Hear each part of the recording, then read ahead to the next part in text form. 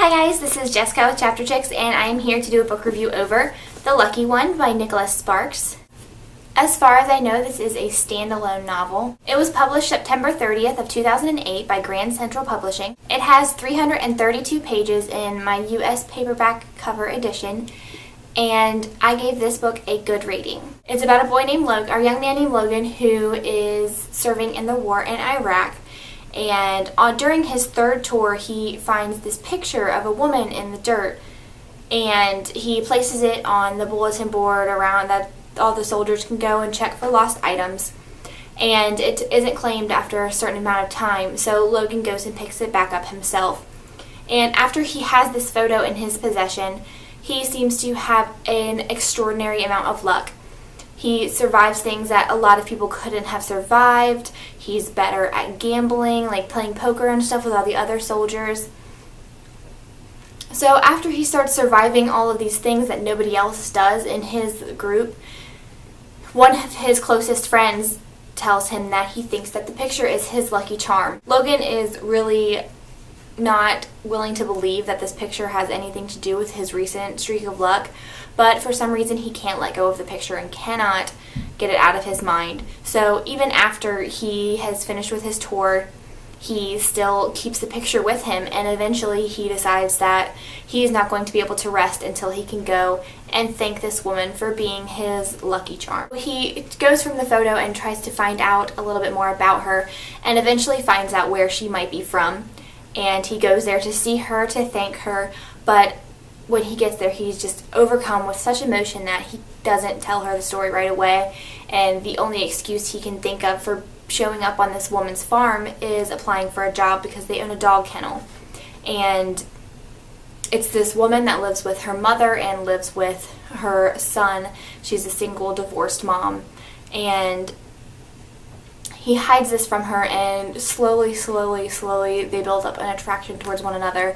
But he has this huge secret as for why he's there kept from her, and he has the ex-husband looming, not wanting his ex-wife to be with Logan. It's a Nicholas Sparks novel, so you know that there's going to be love involved. I read The Notebook as well a long time ago, right after the movie came out, and I love the movie of The Notebook and the book of The Notebook, and just like this one, I love both of them. I watched the movie with my friend who had read it, and then went to see the movie. She wanted to go see it the day it came out, so I went and saw it even though I hadn't read it yet. And the movie had me really intrigued as to what the book would be about, because usually the book's better, and it is. The book is better. But I did picture the movie characters from this, so I pictured Zac Efron as Logan and all the other characters. I don't know the actual actresses and actors' names, but I did picture everybody from the movie to the book. And I will say that the book is a little bit different in some of the major plot points, but I won't say which ones, obviously. This book does one of my favorite things that books do, and that is switch perspectives from different characters. It switches between Logan, Beth, who is the girl in the picture, and then Clayton, who is Beth's ex-husband.